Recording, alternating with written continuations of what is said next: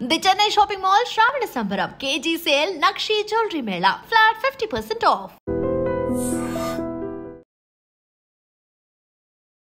Hi hello నమస్తే welcome back to our channel. నేను మీ వైషు. ఈ మధ్య కాలంలో వివాదాలకు కేంద్ర బిందువుగా మారింది సినీ నటి కల్పికా గణేష్ గారని చెప్పాలి. అంటే ఎక్కడికి వెళ్ళినా సరే ఏదో ఒక హంగామా క్రియేట్ చేస్తున్నారా, క్రియేట్ అవుతుందా అనేది రెండో విషయం. అయితే రీసెంట్గా వాళ్ళ ఫాదర్ పోలీస్ స్టేషన్కి వెళ్ళి నా కూతురికి మెంటల్ డిజార్డర్ ఉంది, తను డిప్రెషన్లో ఉంది, పైగా సూసైడ్ చేసుకోవాలనుకుంది అని చెప్పేసి చాలా విషయాలు మాట్లాడడం కూడా జరిగిందనమాట. ఎందుకని ఇలా జరుగుతుంది, ఈ మెంటల్ డిప్రెషన్ ఉన్న వాళ్ళు ఎలా ఉంటారు, ఈ విషయం గురించి మాట్లాడడానికి ఈరోజు నాతో పాటు సోషల్ యాక్టివిస్ట్ కృష్ణకుమారి గారు ఉన్నారు. మేడంతో మాట్లాడదాం. హలో మ్యామ్, నమస్తే. బాగున్నారా మ్యామ్? బాగున్నా. కల్పికా గణేష్ గురించి ఇంతకు ముందు కూడా పబ్లో ఒకసారి ఇట్లా చేసిందని మాట్లాడుకున్నాం. ఈ మధ్య కాలంలో కూడా మళ్ళీ ఇట్లా ఏదో ఒకటి జరుగుతూనే ఉందని మాట్లాడుకుంటున్నాం. వాళ్ళ ఫాదరే డైరెక్ట్గా పోలీస్ స్టేషన్కి వెళ్ళి కంప్లైంట్ ఇవ్వడం కూడా చూసాం. ఎలా తీసుకోవాలి మ్యామ్ దీని గురించి? ఇది ఖచ్చితంగా పోయినసారి తను పబ్లో జరిగిన దానికంటే కూడా జరిగిన తరువాత తనని ఇంటర్వ్యూ తీసుకోవడానికని వచ్చిన వాళ్ళ పట్ల తను కొంచెం అనుచితంగానే ప్రవర్తించింది. అప్పుడు పబ్లో జరిగిన ఘటనప్పుడు మట్టుకు నాతో సహా చాలా మందిని తనకి సపోర్టింగ్గా మాట్లాడాం. ఎందుకంటే పబ్లలో అమ్మాయిలకి వాళ్ళు గౌరవం ఇవ్వరు, అలాగే వల్నరబుల్గా ఉన్న వాళ్ళని వాళ్ళ వల్నరబిలిటీని క్యాష్ చేసుకునే పరిస్థితులు పబ్బుల్లో ఉంటాయి. కాబట్టి ఒక ఆడపిల్లగా తను ధైర్యంగా మాట్లాడింది, తను వల్నరబిలిటీని చూపించలేదు. అది వాళ్ళకి ఒక రకంగా షాకింగ్ పాయింట్ అయ్యి, అంటే ఈమె ధిక్కరించింది కాబట్టి, ఒక ఆడపిల్లగా భయపడుతూ ఉండలేదు కాబట్టి ఈమె పట్ల ఇంకొంచెం ఎక్కువగా వాళ్ళు బిహేవ్ చేశారు అని అనుకుని తనకి సపోర్ట్ ఇచ్చాం, ఒక మోరల్ సపోర్ట్ ఇచ్చాము. పబ్బులలో కస్టమర్స్ తోటి ఎలా బిహేవ్ చేయాలనే విషయం మీద కూడా మనం చాలా కూలంకషంగా మాట్లాడాం. కానీ తరువాత తను కొంతమంది తనని ఇంటర్వ్యూ చేయడానికి వెళ్ళిన వాళ్ళతోటి తనే పిలిచింది ఇంటర్వ్యూకి. తనే పిలిచి తనే వాళ్ళతోటి కొంచెం అనుచితంగా బిహేవ్ చేసింది. ఇప్పుడు పార్కింగ్ ఏరియాలో కూడా కొంచెం అనుచితంగానే బిహేవ్ చేసింది. దానికి మనం ఏం జస్టిఫికేషన్ చెప్పుకున్నామంటే, వాళ్ళ పైన అంతసేపు విసిగించేసరికి ఇంకా తనకి ఒక పిల్లినైనా గదిలో పెట్టి కొడితే పులవుతుంది అన్నట్లు పదే పదే తనని పోక్ చేశారు. ఏమని, నువ్వు ప్రచారం కోసమే చేస్తున్నావు అంటే, అవును భయ్ ప్రచారం కోసమే చేస్తున్నాను అని ఆమె అనేసింది అనే ఇది మనం మాట్లాడాం.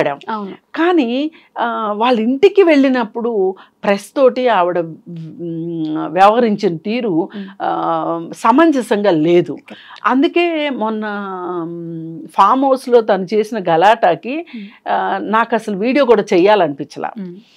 ఎందుకు అంటే, పైగా ఇంకొక రూమర్స్ ఏమొస్తున్నాయి అంటే, అసలు ఇప్పుడు నేను వీడియో చేయడానికి కూడా అదొక కారణం. ఏంటి రూమర్స్ అంటే, ఈమె బిగ్ బాస్లోకి వెళ్ళడానికి ఇది దగ్గర దారి అని చెప్పి ఆమెని కాస్త ఇంకా పోక్ చేస్తున్నారు మళ్ళీ తనని. అందుకోసం అని చెప్పి, ఒకవేళ నిజంగా కూడా తనకు ఆ ఉద్దేశం ఉందా, ఇంతకు ముందు కూడా వేరే వాళ్ళు కూడా ఇలా బిగ్ బాస్లోకి వెళ్ళడం కోసం కాస్త హడావుడి చేసిన సందర్భాలు చూశాను నేను. అందుకని ఈమె కూడా అంతేనేమోలే అన్నట్లు నేను ఇది ఇంకా టచ్ చేయొద్దు ఈ సబ్జెక్ట్ని అని అనుకున్నాం.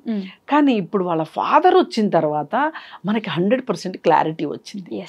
ఏంటి అంటే, తను కొంచెం సైకలాజికల్గా డిస్టర్బ్డ్గా ఉంది. ఈ డిస్టర్బ్డ్గా ఉన్న వాళ్ళు ఒక స్ట్రెస్, యాంగ్జైటీ, ఒక రకమైన భయాందోళనలో ఉంటారు వాళ్ళు. అయితే ఈ స్ట్రెస్ని, అంటే ఈ ఒత్తిడిని, ఈ కుంగుబాటుని, భయాందోళనని అధిగమించడానికి వాళ్ళు ఏం చేస్తారు అంటే, ఇప్పుడు ఎవరైనా మానసికంగా సరిగా లేని వాళ్ళని మీరు ఎలా ఉన్నారు అని అంటే, మామూలు వాళ్ళైతే ఐఎమ్ ఫైన్ అనేసి ఊరుకుంటారు. వీళ్ళు ఏం చేస్తారు అంటే, ఒట్టి ఫైన్ అంటే నేను బాగాలేనని వాళ్ళకి అర్థమైనట్లుంది, అందుకే నేను అలా ఉన్నాను అని అడిగారు కాబట్టి ఐఎమ్ ఫైన్, సూపర్ ఫైన్, చాలా బాగున్నాను, అయినా ఎందుకు అడిగారు, నేను బాగాలేదని మీకు ఎవరైనా చెప్పారా, ఇలా ప్రశ్నలు వేస్తారనమాట. అలా ఉంటుంది తీరు. అందుకని తిను కూడా అలాంటి ఒక పరిస్థితిలో ఉంది అని అనిపించి తను వెళ్ళిన ప్రతి చోట తను ఒక ధిక్కార స్వరాన్ని చూపించాలి అనుకుంటుంది.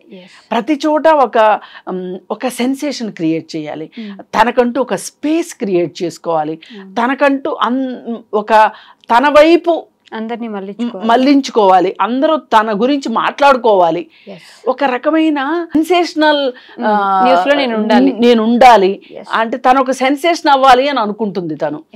అయితే దీనికి రీజన్ ఏమై ఉండొచ్చు అని మనం ఆలోచిస్తే ఇవాళ సినిమా ఇండస్ట్రీలో కానీ మోడలింగ్లో కానీ కనిపించే వాళ్ళు చాలామంది కాదు 100 మంది హీరోయిన్లు అవ్వాలని వస్తారు. కరెక్ట్. ఇండస్ట్రీ అందరినీ హీరోయిన్లుగా ఇముడ్చుకోలేదు, అందరికీ అవకాశాలు రావు. ఈ అవకాశాలు రాని వాళ్ళు ఏం చేస్తారంటే చాలా త్వరగా అర్థం చేసుకుని మనకి ఏ అవకాశాలు వస్తున్నాయి అనేది చూసుకుని అటువైపు మళ్ళించేసేసుకుని ఆ వచ్చిన అవకాశాన్ని వచ్చినట్టు తీసుకొని వాళ్ళ ప్రతిభను నిరూపించుకుంటూ వాళ్ళు ఎప్పటికీ అవకాశాలు వాళ్ళ చుట్టూ ఉండేటట్లుగా చూసుకుంటారు కొంతమంది. కానీ కొంతమంది ఏం చేస్తారు అంటే నేను హీరోయిన్గా రావాల్సిన దాన్ని, నేను ఒక హీరోయిన్ మెటీరియల్ని, నేను హీరోయిన్ మెటీరియల్ని అవ్వలేకపోయింది ఎందుకు అంటే నాకు పలానా వాళ్ళు సహకరించలేదు, పలానా వాళ్ళు నాకు చెయ్యూతనివ్వలేదు, లేదా పలానా వాళ్ళు నన్ను తొక్కేశారు. ఇప్పుడు ఈ మాట మనం చాలా ఎక్కువగా వింటాం సినిమా ఫీల్డ్లో, తొక్కేశారు అని. ఈ తొక్కేశారనే మాట ఎందుకు వస్తుంది అంటే వాళ్ళు అనుకున్నట్లుగా అవ్వకపోతే ఖచ్చితంగా నన్ను ఎవరో తొక్కేశారు అని వాళ్ళు అనుకుంటారు. అనుకొని ఇంకా వాళ్ళు ఆ విధంగానే వాళ్ళు ఇంకెవరన్నా పైకి వెళ్తుంటే వాళ్ళని చూసి ఓర్చుకోలేకపోవటం, వాళ్ళ మీద కామెంట్లు చేయటం, వాళ్ళని ఆడవాళ్ళు అయ్యుండి కూడా ఆడవాళ్ళని సపోర్ట్ చేయట్లేదు అనే ఉద్దేశంతో మగవాళ్ళ కంటే ఎక్కువగా నీచమైన కామెంట్స్ చేసే వాళ్ళని చూసాం మనం. ఇప్పుడు శ్రీరెడ్డి చూసుకుంటే తనకి హీరోయిన్గా అవకాశాలు రాలేదని ఇంకెవరికి హీరోయిన్గా అవకాశం వచ్చినా వాళ్ళ గురించి మాట్లాడుతాను. ఇలాంటి మనస్తత్వం అయిపోతుంది అనమాట. ఇంకొంతమంది ఏం చేస్తారు అంటే రీల్స్ చేస్తూను, లేకపోతే షార్ట్స్ చేస్తూను, లేదు అనుకుంటే కాస్త డబ్బులున్న వాళ్ళు అనుకోండి, వాళ్ళు పార్టీలు నిర్వహిస్తూ ఆ పార్టీల్లో ఒక సెంటర్ ఆఫ్ అట్రాక్షన్గా ఉండటము, అలాగే అవసరం ఉన్నా లేకపోయినా పబ్బులకి వెళ్ళడము, వెళ్ళి అక్కడ కాస్త అందరి దృష్టిని ఆకర్షించాలని చూడటము, ఒక ఎగ్జిబిషనిజం అనేది వాళ్ళల్లో వచ్చేస్తుంది. నేను ప్రూవ్ చేసుకోవడానికి నేను ఎగ్జిబిట్ కావాలి అనుకుంటారు, చూపించుకోవాలి అనుకుంటారు. ఆ చూపించుకోవాలి అనుకోవడానికి విచిత్రమైన బట్టలు వేసుకోవడము, లేదు అనుకుంటే దీనిలో భాగంగానే ఇప్పుడు కొంతమంది ఎక్కడికి వెళ్ళినా సరే అందరి దృష్టిని ఆకర్షించాలి అని కొంతమంది పెద్ద టోన్తో మాట్లాడుతూ ఉంటారు, అవసరం ఉన్నా లేకపోయినా పెద్దగా నవ్వుతూ ఉంటారు, జోకులు వేస్తూ ఉంటారు, ఎవరు నమ్మకపోయినా కానీ వాళ్ళు వేసిన జోక్కి వాళ్ళే నవ్వుకుంటూ ఉంటారు. ఇదంతా ఏంటి అంటే అసలు వాళ్ళ ఇన్నర్గా ఉన్న బాధని ఈ విధంగా వ్యక్తం చేస్తారు. రైట్. అవకాశాలు రావట్లేదు అది. మళ్ళీ ఇంకొకళ్ళు ఉంటారు, ఇంకొంతమంది ఉంటారు, వాళ్ళేంటి అవకాశాలు వచ్చినా సరే, ఇప్పుడు దీపిక పడుకునే ఉంది, తను ఎందుకు కుంగుబాటుకి వెళ్ళింది అంటే ఏంటి అంటే వాళ్ళు ఎప్పుడు ఊహించలా ఇంత ఫేము వచ్చింది, ప్రతిభ ఉంది, ఫేము వచ్చింది, ఇది నిలబడదా, అసలు నేను ఈ ఫేమ్ లేకపోతే నేను ఏమైపోతాను అంటే వీళ్ళు ఒక టేస్ట్కి అలవాటు పడినట్లు ఆ టేస్ట్ చూసేశారు, ఆ ఫేమ్ టేస్ట్ని చూసేశారు, అమ్మో ఈ ఫేమ్ లేకపోతే ఎట్లా అనుకునేటట్లు. ఇలా రకరకాల భావాలు ఉంటాయండి. ఈ రకరకాల భావాల్లో మనకు అర్థమయ్యేది ఏంటి అంటే ఇది కొంతమంది ఏం చేస్తారు అంటే అసలు ఇవన్నీ కాదు, నేను ఏదైతే అనుకున్నానో ఇవన్నీ జరిగేలాగా లేవు, నా ప్రతిభ ఇంకొక చోట చూపించుకుందాము అని ఒక పాజిటివ్ వేలో సినిమాల్లోకి యాక్టర్స్గా రావాలి అనుకున్న వాళ్ళు కూడా వేరే విభాగాల్లో సెటిల్ అయిన ఆడవాళ్ళు కూడా కొంతమంది ఉంటారు. ఆడవాళ్ళు ఏంటి మగవాళ్ళు ఏంటి ఎవరైనా సరే వాళ్ళు వేరే వేరే విభాగాల్లోకి వెళ్ళిపోతారు. అసలు ఇంకో గమ్మత్తు ఏంటంటే వేరే విభాగాల్లో వచ్చి హీరోలు అయిన వాళ్ళు హీరోయిన్లు అయిన వాళ్ళు ఉన్నారు. ఇప్పుడు సుహాసిని గారు ఉన్నారు, ఆవిడ కెమెరామెన్గా వచ్చారు అసలు యాక్చువల్గా. ఆవిడ హీరోయిన్ అయింది అనుకోకుండా. ఇప్పుడు నాని ఉన్నాడు, రవితేజ ఉన్నారు, వీళ్ళు అసిస్టెంట్ డైరెక్టర్లుగా వచ్చారు, వీళ్ళు హీరోలు అయ్యారు. ఇట్లా కాకపోతే ఇక్కడ మనం ఒకటి ఆలోచించాల్సింది, ఎంత అవునన్నా కాదన్నా ఇది మేల్ డామినేటెడ్ ఇండస్ట్రీ. దీనిలో మగవాళ్ళకు వచ్చినన్ని విస్తృతమైన అవకాశాలు, విస్తృతమైన చేయూత ఆడవాళ్ళకు దొరకదు. పైగా ఇక్కడ ఒక జెండర్ ఇష్యూ ఉంది. ఇక్కడ ఈ జెండర్ ఇష్యూ ఏమవుతుంది అంటే, వీళ్ళని ఎంతో కొంత దోపిడీ చేయవచ్చు, వీళ్ళని ఎంతో కొంత మనము పచ్చి భాషలో చెప్పుకోవాలంటే వాడుకోవచ్చు అని కాస్టింగ్ కోచ్ అంటే అదే. మరి ఇది ఇలా అంటే ఒక లక్ష్యం పెట్టుకుని, ఒక గోల్ పెట్టుకుని, ఒక డ్రీమ్ తోటి ముందుకెళ్ళి ఆ డ్రీము ఫుల్ఫిల్ అవ్వనప్పుడు, మెటీరియలైజ్ కానప్పుడు అమ్మాయిలు కానీ అబ్బాయిలు కానీ ఎలా అవుతారు అనే దానికి చాలామంది ఉన్నారు ఇట్లాంటి ఎగ్జాంపుల్. వాళ్ళల్లో తిని కూడా ఒకటి అని చెప్పి మనం ఖచ్చితంగా అనుకోవచ్చు. వాళ్ళ ఫాదర్ చెప్పిన దాన్ని బట్టి మనం ఈ కంక్లూజన్కి రావటం జరిగింది. రీహాబిలిటేషన్ సెంటర్కి పంపించి ఇప్పుడు వీళ్ళు ఏంటి అంటే, ఇలా ఉన్న వాళ్ళకి ఆల్రెడీ మన సొసైటీలో ఉన్న వాల్యూ సిస్టమ్స్ని వాళ్ళు వాల్యూ చేయరు. వాల్యూ సిస్టమ్స్ అమ్మాయిలు ఇప్పుడు అది వాల్యూ సిస్టమ్ అంటానికి కూడా లేనట్లు అయిపోయింది. లిక్కర్ ఎక్కువ యూజ్ చేస్తున్నారు అమ్మాయిలు కూడా, సిగరెట్లు తాగుతున్నారు, వీడ్ తీసుకుంటున్నారు, డ్రగ్స్ తీసుకుంటున్నారు, అలాగే ఎక్స్ట్రా మ్యారిటల్ అఫైర్స్ విషయంలో కావచ్చు, ప్రీ మ్యారిటల్ సెక్స్ విషయంలో కావచ్చు. ఇవాళ ఒకప్పుడు ఇవన్నీ పెద్దగా వింతగా మాట్లాడుకునే విషయాలు, చాలా తప్పుగా అనుకున్న విషయాలు ఇవాళ కొంచెం సర్వసాధారణమైనవి. అయితే ఈ సర్వసాధారణమైన విషయాల నుంచి ఇంకొంచెం వీళ్ళు వాటిని ఎక్కువ చేసేసుకుని జీవితాలని గందరగోళం చేసుకున్నప్పుడు వీళ్ళకి ఒక సంఘర్షణకు లోనవుతారు. ఏంటి అంటే, నేను అలా ఉండుంటే బాగుండేది, అలా ఉన్న అమ్మాయిలకి వ్యాలిడిటీ అవునన్నా కాదన్నా సొసైటీ నుంచి వచ్చే వ్యాలిడిటీ వేరు, వచ్చే కాంప్లిమెంట్స్ వేరు. కానీ నేను ఆ వ్యాలిడిటీకి కాంప్లిమెంట్స్కి దూరం అవుతున్నాను అనే ఒక బాధ ఉంటుంది.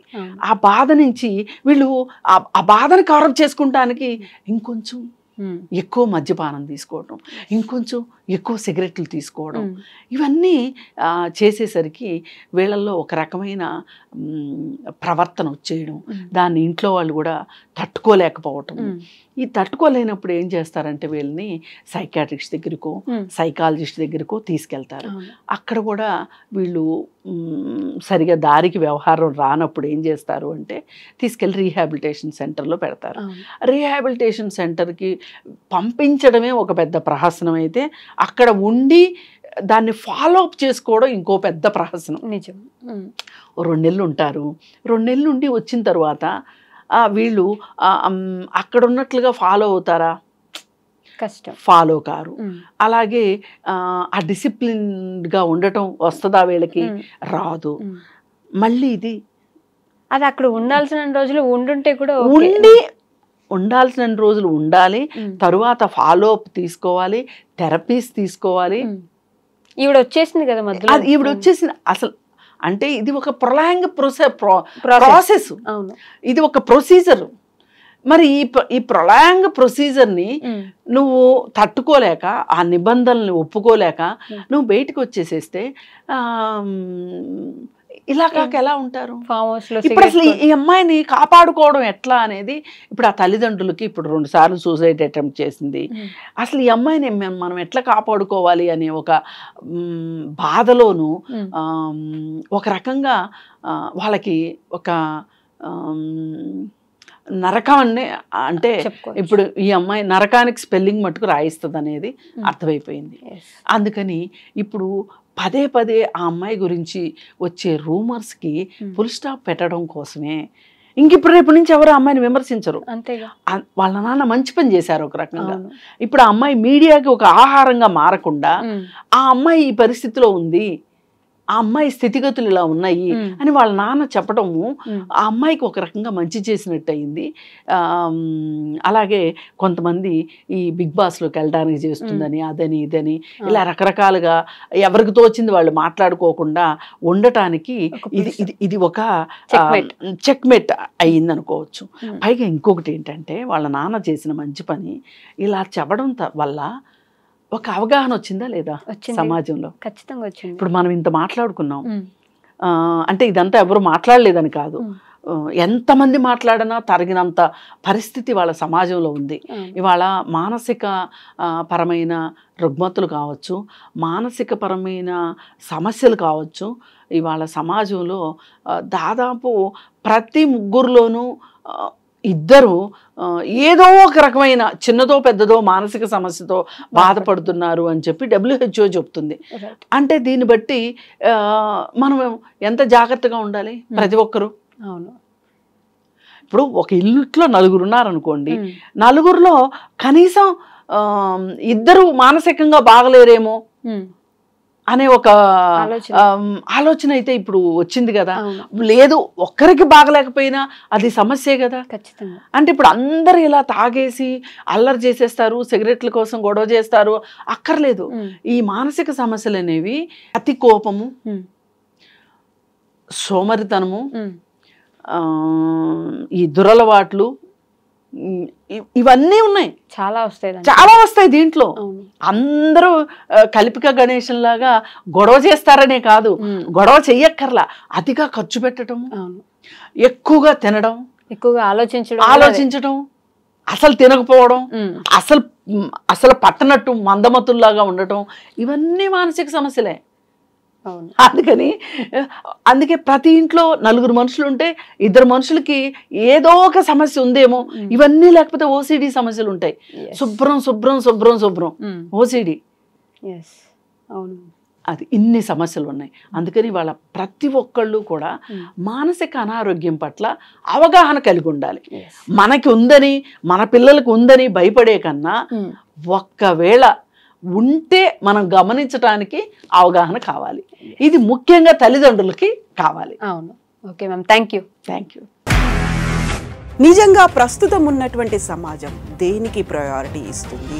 ఆర్థిక సంబంధాల చుట్టూ మాత్రమే తిరుగుతుంది. మళ్ళీ ఎన్నికలంగానే చాలా విరక్తి కలుగుతుంది. మంచి అనిపిస్తుంది కదా, లేడీస్ కూడా ఛాలెంజింగ్ జాబ్స్ చేసినప్పుడు చాలా బాగుంటది. ట్రాఫిక్ అసిస్టెంట్స్ గా నియమించిన ట్రాన్స్జెండర్స్ అందరితో సాల్యూట్ చేయించుకుంటున్నారు. ఫుడ్ డెలివరీ ఇవ్వటానికి వెళ్ళినటువంటి డెలివరీ బాయ్ అనిల్ పై కళ్ళ ముందు